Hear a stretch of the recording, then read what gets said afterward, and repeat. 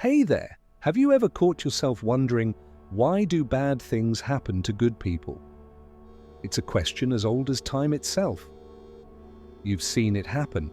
Kind, selfless people facing hardships that seem unfair, while others who seem careless or unkind appear to thrive. This question isn't just about fairness, it's about understanding life's deeper truths. Why does suffering exist? And how can we find peace in the face of it? In Buddhism, we don't shy away from these tough questions. Instead, we explore them through wisdom, compassion, and practice. In this video, we'll take a deep dive into 3 profound Buddhist teachings that can help you understand why bad things happen and how to navigate those moments with strength and clarity. Let's dive in. Let's start with one of Buddhism's core teachings, dukkha, or suffering. The Buddha taught that suffering is an inseparable part of life. It's one of the 4 noble truths, and it's something we all experience, whether it's physical pain, emotional loss, or simply the frustration of life not going as planned. But here's the key: suffering isn't a punishment, and it isn't a sign that life is unfair. Instead, it's a universal truth that connects all of us. It's what makes us human. Imagine you're holding a glass of water. If you grip it tightly, it feels heavier over time. But if you learn to hold it lightly, the weight feels more manageable. In the same way, Buddhism teaches us not to cling to suffering or try to avoid it at all costs. Instead, we acknowledge it, learn from it, and let it flow through us. Take a moment to think about a recent challenge you faced. Instead of asking, "Why is this happening to me?"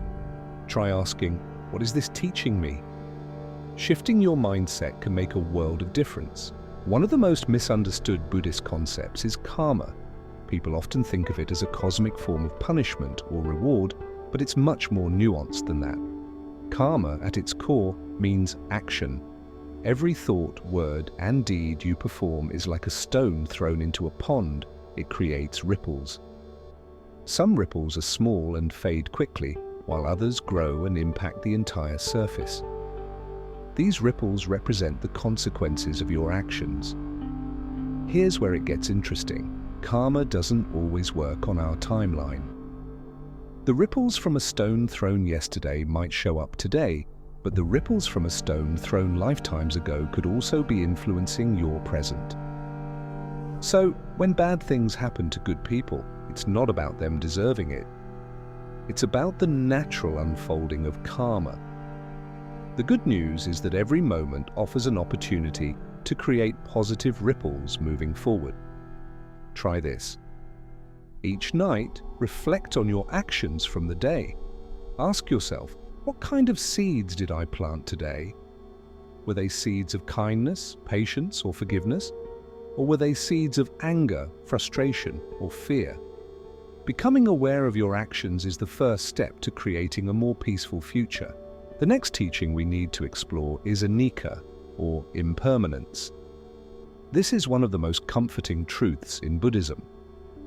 It reminds us that nothing, neither happiness nor suffering, lasts forever. Think about your own life for a moment.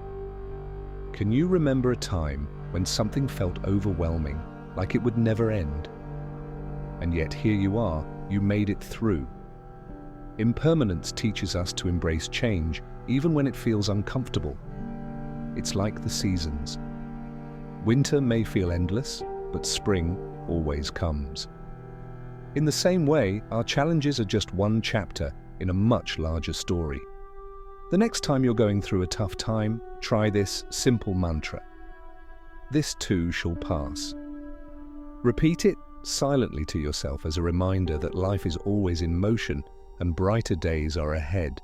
Now let me share a Zen story that beautifully illustrates how we perceive challenges.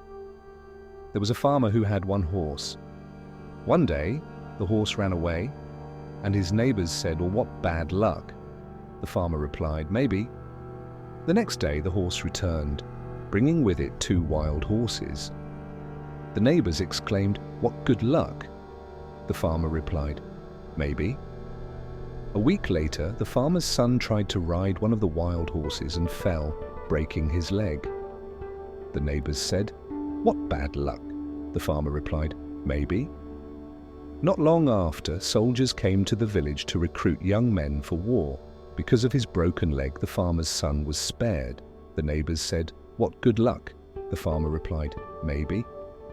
This story reminds us that life's events aren't inherently good or bad, they simply are. It's our perspective that gives them meaning. What feels like misfortune today could lead to something better tomorrow. When bad things happen, it's easy to feel defeated or hopeless, but Buddhism teaches us that these moments are opportunities to grow in compassion and wisdom. Here's how. 1. Practice self-compassion. Be kind to yourself during hard times. Instead of asking, "What's wrong with me?" try saying, "It's okay to struggle, I'm doing my best." 2. Expand your compassion to others. Remember that suffering connects us all.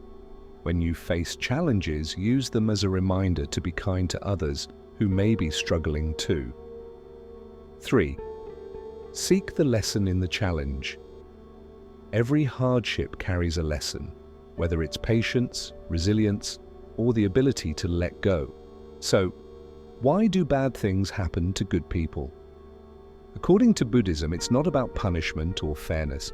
It's about the natural rhythms of life, shaped by karma, impermanence, and the lessons we're here to learn.